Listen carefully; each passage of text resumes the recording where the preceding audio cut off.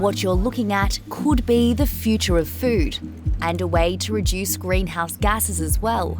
But to figure out why, we need to start here, Sydney's food scraps depot.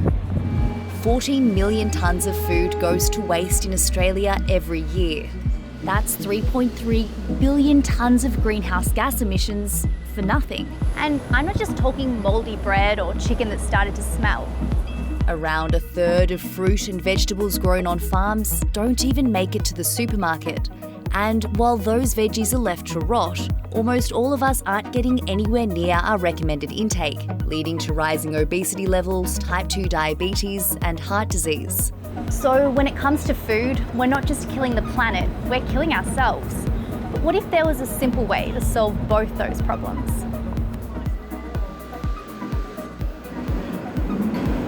So this is CSIRO's Food Innovation Centre out here in Werribee. We're basically working on a project at the moment where we're trying to reduce the amount of vegetable waste and increase the amount of vegetable intake for the general Australian population. 3 years ago, Australian growers enlisted the nation's federal science agency CSIRO to find a use for their otherwise wasted vegetables. The first step is we'll wash the broccoli and then we'll reduce the particle size by putting it through the colloid mill. In other words, it becomes a slurry or more of a paste. And then from there, we put it through the spray dryer, which is essentially like a drying machine. The water is evaporated out and basically the product is collected at the bottom in the form of a powder. CSIRO hopes to market this powder to Australians who aren't getting their recommended daily intake of veggies. 1 capsicum would be 1 serve, 3 mushrooms would be another serve. This would probably be 2 to 3 serves in itself, and then a carrot would be a serve of vegetables. So this is 5 serves of vegetables, and 4% of Aussies are eating this. It gets worse for children and teenagers. Only 1% meet their vegetable requirements. We're seeing fast foods getting bigger and bigger. We're all busy and we all want something quick and easy, and I think people are reaching for foods that are convenient but may not necessarily be nutritious. Gemma is an accredited dietitian. She works for Hort Innovation, an NGO that funds research to grow Australia's horticulture industry. We've got 4% of Aussie adults meeting their vegetable requirements for the day. But then we have this ironic scenario where our hard-working farmers who produce some of the most nutritious vegetables in the world, half of those vegetables, by the time they end up on the plate, go to waste. The solution, and part of the problem, lies in Werribee, also known as Victoria's salad bowl, where most of the state's fruit and vegetables are grown. My name is Catherine Felicia. I'm the CEO of Felicia Farms. Our main lines that we grow are iceberg lettuce, celery, cauliflowers, broccoli, zucchini, spring onions, kale and herb lines. These vegetables are sold to Australian supermarkets, but there's a limit to what they'll take.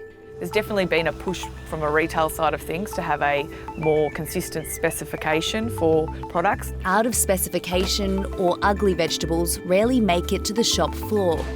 Most aren't even harvested. So this broccoli's been left behind. The reason it's been left behind is because of colour and its size. So it's a little bit discoloured. It's completely edible, but it's just not, from an appearance point of view, up to standard. That's where vegetable powder comes into play. Instead of throwing broccoli like this away, it's being delivered to CSIRO and given another life. So this was sort of whole vegetables at one point? Correct. And utilising all the waste product from the broccoli as well, so all the leaves and the stems and stuff like that. How does this compare to a full broccoli? So the nutrient value is still the same, but basically all it is essentially we're just reducing the waste here. This is the final product, and this is probably equivalent to about 1 head of broccoli. It's about 30% protein and about 30% fibre, so it's a really good source of macronutrients. 2 tablespoons in a smoothie and you've got a serve of vegetables. We can fortify the powders and make healthy dips. The broccoli muffins, so we've substituted some of the flour with broccoli powder. We have 20% carrot powder in these. How does the powder taste? Does it taste like sort of a strong carrot or broccoli flavour? To me it has sort of a bit of a garlicky flavour. Blokes love them with their beer. I reckon they go down well with their beer. And for the adventurous, the broccoli latte. Have you tried one? I'll be honest with you, Deb, a broccoli latte sounds horrible. Well, why don't you give it a try and just see? We push.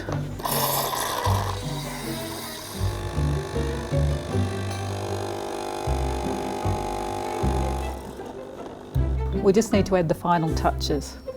This extra broccoli powder. Yes, so just a bit extra, just in case there's not enough there.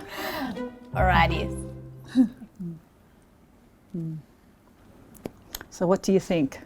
It tastes healthy. It does, you can taste the broccoli, but it's actually not too bad. Would you drink a broccoli latte if it meant you had to eat less vegetables during the day? I don't think so. Yeah, I'll try it definitely. Nah, I don't think it'll work. Does it taste good? In reality, it's a hard sell convincing anyone to chuck veggies in their morning brew. But what if there was a simpler way to use these powders?